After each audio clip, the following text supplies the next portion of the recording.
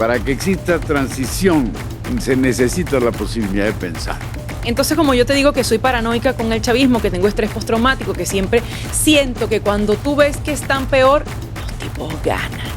Ahora resulta que yo tengo que llamar a la oficina oval o a los peones de la oficina oval. ¿Cuándo diablos eso había existido? Capítulo 53 de este Manual de Malas Maneras. Elías Pino, ¿cómo andas? ¿Cómo te trata la vida? Bueno, aquí en transición.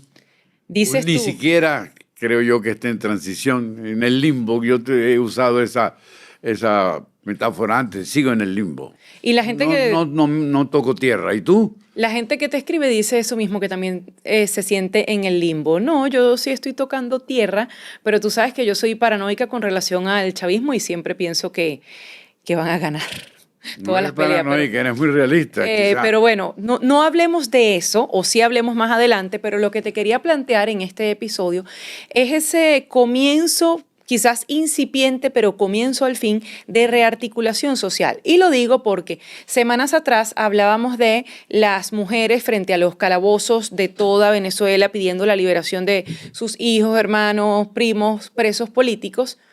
Y ahora veo que los estudiantes van por el mismo carril, o sea, se van uniendo capas de la sociedad tratando de rearticular eso que estaba muerto entre 2024, después de la elección, y el año 2025, donde la represión fue tan cruel como la después de la elección.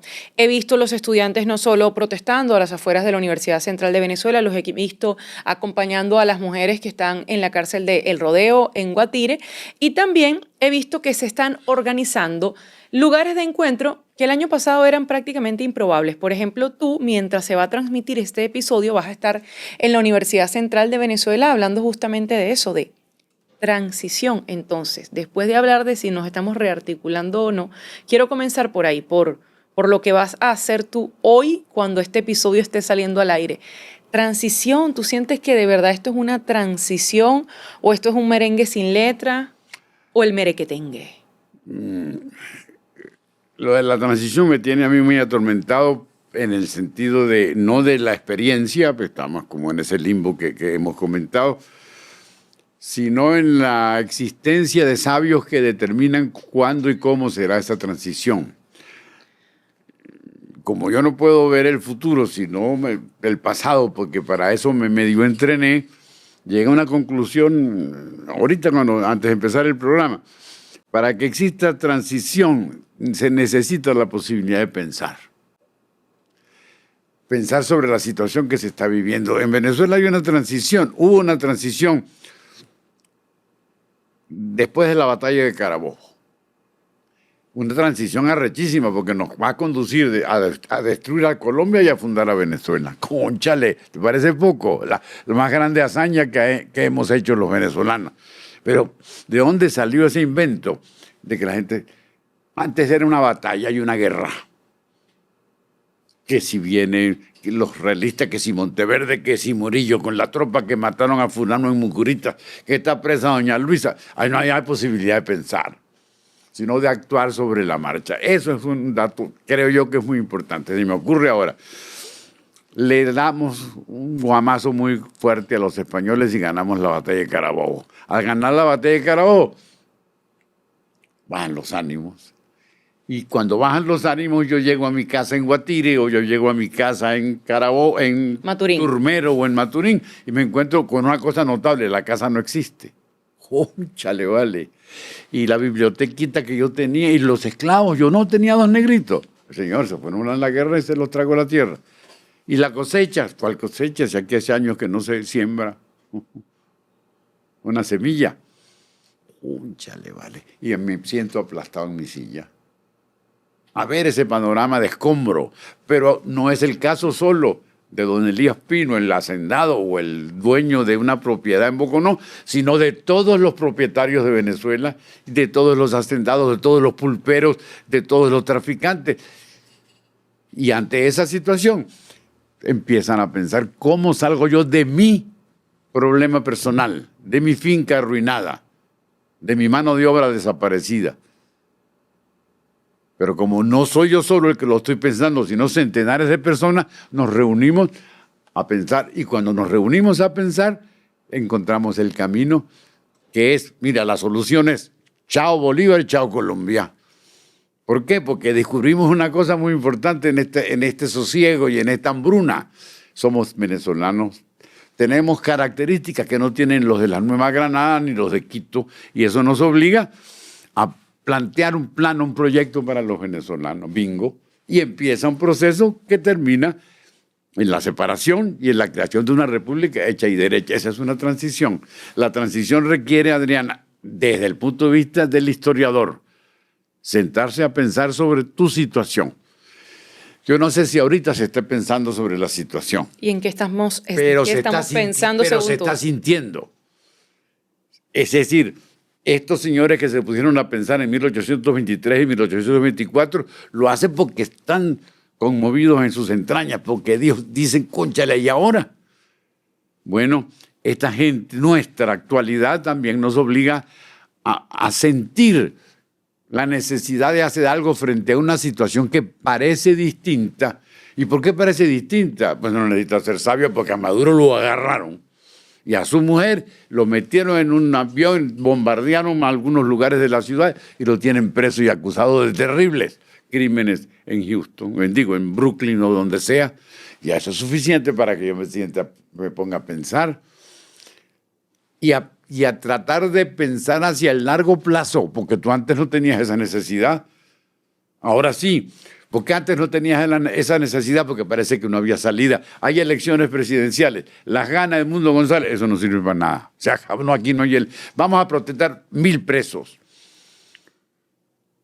Vamos a tumbar esta estatua, que ya es una intención de profundidad, que no toquen las estatuas del comandante. Entonces yo me retraigo y ahora de ese retraimiento me despierta Trump, que le hace lo que le hizo a ¿cómo se llama? Al señor Maduro y a su esposa.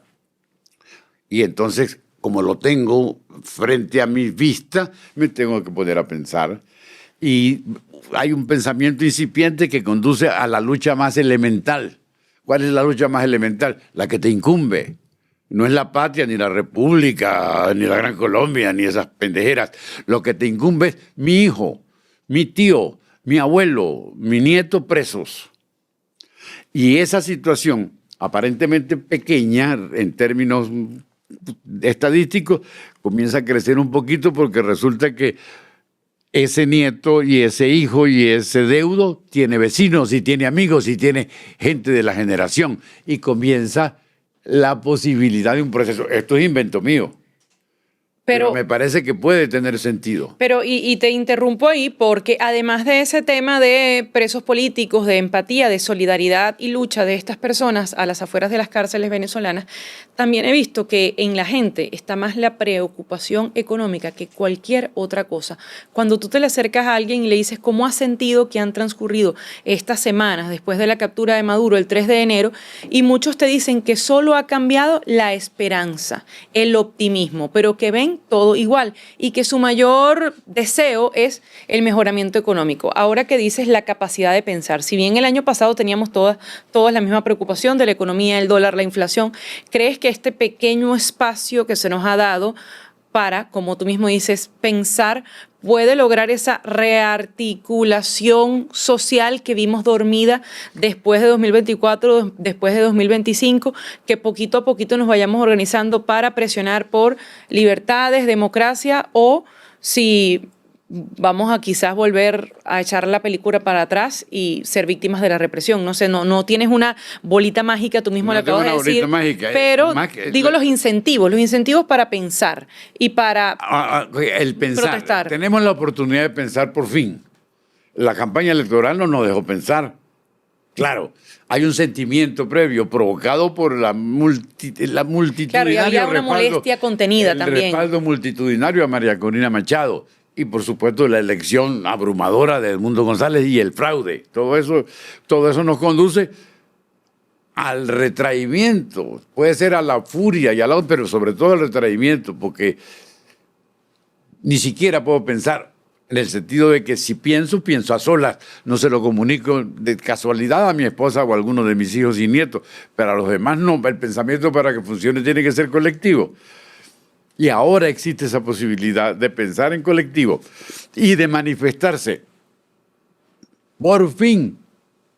Creo que lo dijimos aquí, pero vale la pena repetirlo.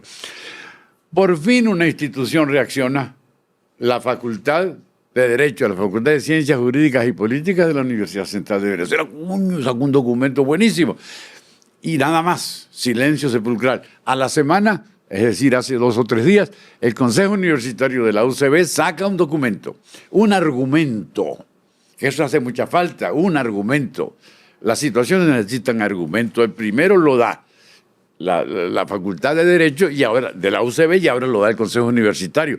Ojalá proliferen los argumentos. Tengo entendido que las universidades, las academias nacionales están reunidas hoy estudiando un documento conjunto. Estudiar un documento conjunto es oferta de pensamiento. Bueno, pero vuelvo a interrumpirte. No hay transición sin pensamiento. Documentos no empreñan. Es decir, no se sabe. Documentos sí empreñan. Sí empreñan. El acta de la independencia empreñó. Bueno, es un documento. Eso es un documento, pero en estos tiempos que estamos viviendo, quizás que una universidad saque un documento diciendo tal o cual, no genera mucho si en la acción no vemos que esa academia o escuela, facultad pueda tener de verdad incidencia en lo que pasa en la población. ¿Qué pasaría si el documento del Consejo Universitario de la UCB se repite? Si causa el efecto rebote. En la Universidad de los Andes, en la Universidad del Zulia y en la Universidad de Carabobo. El documento empreña. ¿Qué pasa si la Federación de Centros Universitarios de la Universidad Central, que se ha manifestado, provoca manifestaciones parecidas del resto de las instituciones estudiantiles del país, públicas y privadas? El documento empreña. Es decir, mi punto es que lances un comunicado y ya, muy estructurado, muy bien pensado, pero no haces articulación, creo que no sirve de mucho. Igual compro tu argumento. Pero ¿quién articula, Diana? Te pregunto yo a ti. Bueno, creo yo en mi ignorancia, que articula un liderazgo político, un liderazgo estudiantil, un liderazgo vecinal. Exactamente. Pero la gente sola por la vida no puede, o sí puede luchar, pero sola por la vida no vas a lograr nada. Tienes que tener ese cuerpo. Como te decía yo, el ejemplo de las madres frente a los centros de reclusión. Bueno, hay una que tiene porte de líder, vamos con ella, pero somos varias hormigas detrás de ella. En este caso, ¿son solo los estudiantes de la Universidad Central de Venezuela y la UCAP o está pasando lo mismo en Guayana, está pasando lo mismo en la Universidad de los Andes? Tampoco lo sé. No lo sé. ¿Crea efecto rebote o no crea efecto multiplicador o no crea efecto multiplicador? Pudiera crearlo. El pasado dice que sí, el futuro... Porque tú te sientes como más envalentonado cuando ves que, bueno, si mis vecinos salieron a protestar y todavía no le han lanzado una bomba lacrimógena, yo salgo a protestar. El problema es cuando si volvemos a la etapa de, no solo las lacrimógenas, que es un ejemplo, es el volver a encarcelar gente por su opinión, que... En estos días alguien ponía un extracto de una entrevista con el abogado Joel García hablando del caso Nikmer Evans. Nikmer Evans del Movimiento Democracia e Inclusión y también director de Punto de Corte, que a pesar de que todos los excarcelados le dicen no hables de tu caso, Nikmer Evans manifestaba que a pesar de que eso se les dice, en su boleta no hay nada que le prohíba hablar y que la libertad de expresión no se la pueden quitar. Entonces hay algo ahí como que va empujando a ver si logramos en este año 2026 tener mayor incidencia en la opinión de lo que vivimos en el año 2025, que nadie hablaba. Si tú no echas, hasta nosotros estábamos mudos, Elías. Si tú no echas el cuento no existe. No existe. Por eso les dan medidas cautelares de silencio a los presos. Sí. Si no se echa el cuento, la mula no deja cagajón. Esa es la verdad. Señores, aquí hay una situación de represión pavorosa, pero no tiene sentido que lo diga yo. Eso lo tiene que decir la víctima. La víctima. Ayer un señor argentino judío describió lo que le había pasado. Pavoroso. Eso tiene que generar un reactivo. Esto no puede ser la insensibilidad total. Entonces, ¿qué es lo que sucede en este desorden de programa que tenemos hoy tú y yo, que debe ser el más desordenado de las malas maneras hasta el día de hoy? Es más, parece de buenas maneras, ¿cómo será de malo el programa? Yo estoy sentada escarranchada como tú. Tú te estás escarranchando, yo no, yo soy elegante y derecho. ¿Qué era la cosa? Bueno, Adriana, es terrible porque además se agrega algo fundamental, que eso sí es como inédito. Señores, no podemos hacer nada porque tenemos que esperar la voz del máster, la voz del patrón. Usted no puede mover este hilo sin que lo sepan en Washington, bendito y alabado sea Cristo. Y entonces, ahí hay un problema muy importante, una transición venezolana que depende de un poder foráneo. ¿Cuándo se había visto? Dímelo tú. Jamás. No, usted es el que sabe, yo no sé nada. Pero, bueno, tú sí sabes, tú no eres tonta y tú eres periodista profesional. Jamás en la vida yo tengo que levantar el teléfono.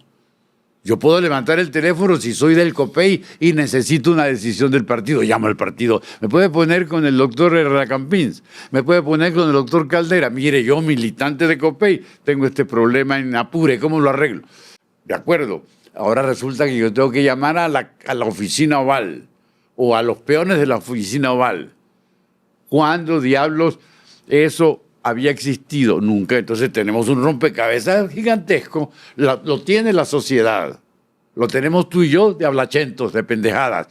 Pero especialmente lo tiene la dirigencia política y los intelectuales organizados en instituciones como las universidades y las academias. Porque también pasa aquí que si tú dices, aquí no se habla mal de Trump, como decían aquellas pintas que decían aquí no se habla mal de Chávez, Ajá, sí, o aquí, sí. a mí me parece que hay, a pesar de que hay un grupo o bastantes personas en la sociedad que agradecen que el gobierno de los Estados Unidos haya intercedido para que haya canales democráticos en este momento, hay un asunto que quizás estamos pasando por debajo de la mesa, no queremos ver o del que no queremos hablar para no molestar a Trump, que es que si el señor se molesta, ¿qué pasa si el señor se molesta? Porque estamos en manos de una persona que tiene unas características delirantes. Tú no sé si tuviste a la primera ministra de Italia, la Meloni, ayer o antes de ayer, espectacular. Pero dime, ¿qué coño vamos a hacer?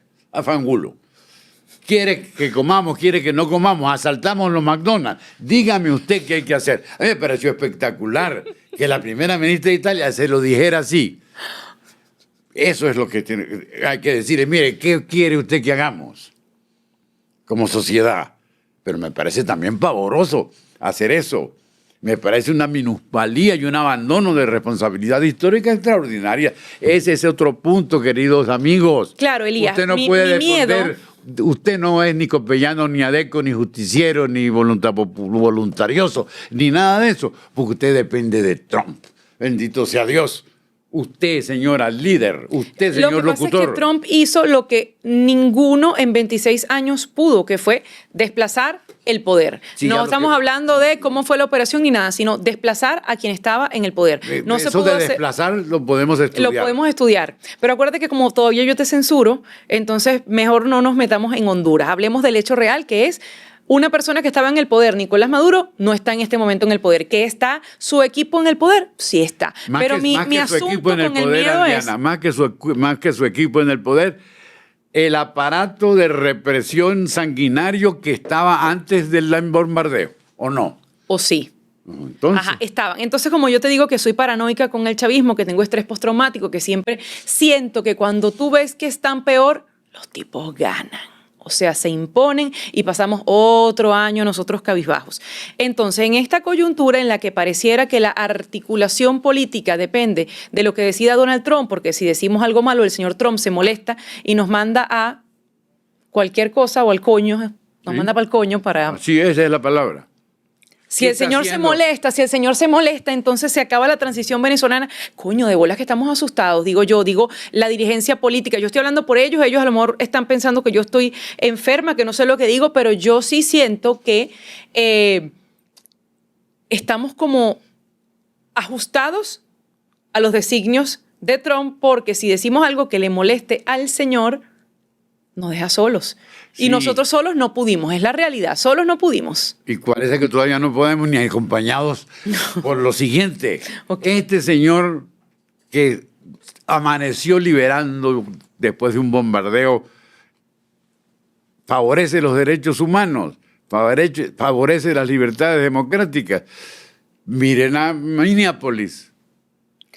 Y entonces... Lamento informar que sí. No hay que ser idiota. Entonces no podemos miremos a cuestionar. Minneapolis. Pero ya va a Minneapolis, detente aquí, que hay un caso aberrante que ha pasado con un exalcalde de Mérida, dirigente político. Que está preso. Lo agarraron allá. Lo agarra el ICE, inmigración. Coño, en esta es la gente que nosotros estamos confiando. O sea, insisto, no es criticar por criticar y no es ser, ay, es que somos antiimperialistas. No, que me interesa a mí si somos antiimperialistas o no. Es el tema de que el que está, según él mismo, el día 3 de enero, guiando la transición venezolana, pues comete violaciones a los derechos humanos, tratos crueles e inhumanos, y lo que pasó en Minneapolis es una aberración. Son muchachitos de 5 años y lo usaron de carnada para capturar al padre que estaba en su casa escondido, privado y asustado. Entran a las habitaciones de la gente sin orden judicial, tipo chavismo. Tumban las paredes, tipo chavismo. Eso lo están haciendo allá, frente a las narices de la televisión. Que el gobernador de Minnesota se tiene que callar porque aquí manda el emperador. Aquí manda Chávez. Aquí manda Chávez, de acuerdo. Eso está pasando y eso no lo inventé yo. Yo prendo el canal internacional o leo un periodiquito que puedo leer internacional y me entero de todo. Bueno, ese señor, estamos como sociedad en las manos de ese señor que comete esos actos brutales en los Estados Unidos y que ha hecho pacto con Bukele, que no es un arcángel del cielo, para llenar las cárceles de prisioneros a quienes se les viola todos los días la integridad, la humanidad y los derechos humanos. El hecho es que nosotros no estamos hablando de Estados Unidos, sino de la persona. En este caso sí estamos hablando de Venezuela. Pero quiero decir que no nos desviemos, sino para que la gente entienda que estamos hablando de Venezuela y no es que, ay, es que vamos a hablar en el programa de Manuel de Malas Maneras, ahora vamos a hablar mal de Trump. No se trata de hablar mal de Donald Trump, que insisto. Eso será tú, yo sí quiero hablar mal de él. Tú sí quieres hablar mal, bueno, habla mal de Trump, habla mal de Trump. Aquí sí se habla mal de Trump. Exacto. Ajá, lo que te quiero decir es que, bueno, esa es la persona que nos está guiando en este momento. Entonces, nosotros vamos a tener, como tú, retrocediendo el cassette a lo que decías, una transición a la americana, o nosotros somos capaces de poder recibir la ayuda que nos dio Donald Trump y hacer nuestra propia transición. Se lo dejo al historiador porque la señora periodista no... No, lo que podemos hacer es atrevernos a descubrir lo evidente. 2 puntos. Que nos puede servir para la transición y para levantar cabeza. El papelón tan espantoso que están haciendo los chavistas. Esto es una cosa de dolor. Esa es una cosa de arrodillarse como se arrodillan. Eso es brillante para que nosotros veamos en las manos en las cuales estamos todavía por determinación de Trump, sumisos, prosternados, entregados, asustados. Señores, tenemos que pensar en eso. Aquí no puede haber una transición si no vemos ese espectáculo tan miserable y tan deplorable de líderes. Y en función de eso, movernos. Ayer este partido en el que lanzó, me perdonan, no recuerdo el nombre del partido porque no me recuerdo. Yo voy a Google, dime rápido, ¿el partido Esa qué? sí te lo sabes tú de memoria. El partido que lanzó la candidatura de Caleca. Google. Ayer sacó un comunicado, hizo una reunión diciendo sobre la necesidad de reflexionar juntos y de juntarse juntos los partidos en un proyecto hacia la democracia. ¿Por qué? Por algo que se nos está escapando, Adriana. Esta señora, que es como empleada del emperador, ha nombrado una comisión para la concordia y la paz, algo así se llama. Entonces los prosternados, los agachados, los entreguistas, los cachorros del imperio vestidos de rojo, van a hacer una comisión de concordia. Entonces decía Dios, qué interesante. Pero ¿quiénes están en esa comisión de concordia? Aparte de algún profesional muy digno de respeto, el hecho de que lo convoquen los títeres del imperio llama a la preocupación. Por fortuna, alguien como esta gente de este partido dijo ayer, mire, ¿por qué no le buscamos la vuelta? ¿Por qué no vemos los partidos que existen, grandes y pequeños, la posibilidad de sentarnos a hablar un poquito frente a esta comisión de convivencia que creó la señora Rodríguez? Por ahí está el comienzo de una posibilidad cierta. Y posibilidad cierta que depende de mirar necesariamente a los Estados Unidos y a la tragedia que está viviendo los Estados Unidos. Por fortuna, los Estados Unidos tienen salvación. Lo dijo Fernando Mírez ayer en un artículo excelente. ¿Cuál es la salvación de los Estados Unidos? Los Estados Unidos. Lo van a parar cuando les corresponda a Trump. Pero la nuestra, ¿cuál es nuestra salvación? Nosotros mismos. Pero estamos en babia por razones obvias, porque estamos viviendo una vida de sorpresa, en un cajón de sorpresa, la mayoría desagradable, claro, pero, y empezando a salir del entumecimiento, empezando a salir del miedo. Pero sí tenemos capacidad de salir solos, porque insisto, si las autoridades venezolanas hoy en el poder están en contacto directo con el señor Trump, si la oposición venezolana está en contacto directo con el señor Trump dice la transición será guiada por los Estados Unidos, ¿de verdad nosotros tenemos margen de maniobra? Quiero decir, si partidos políticos, no sé.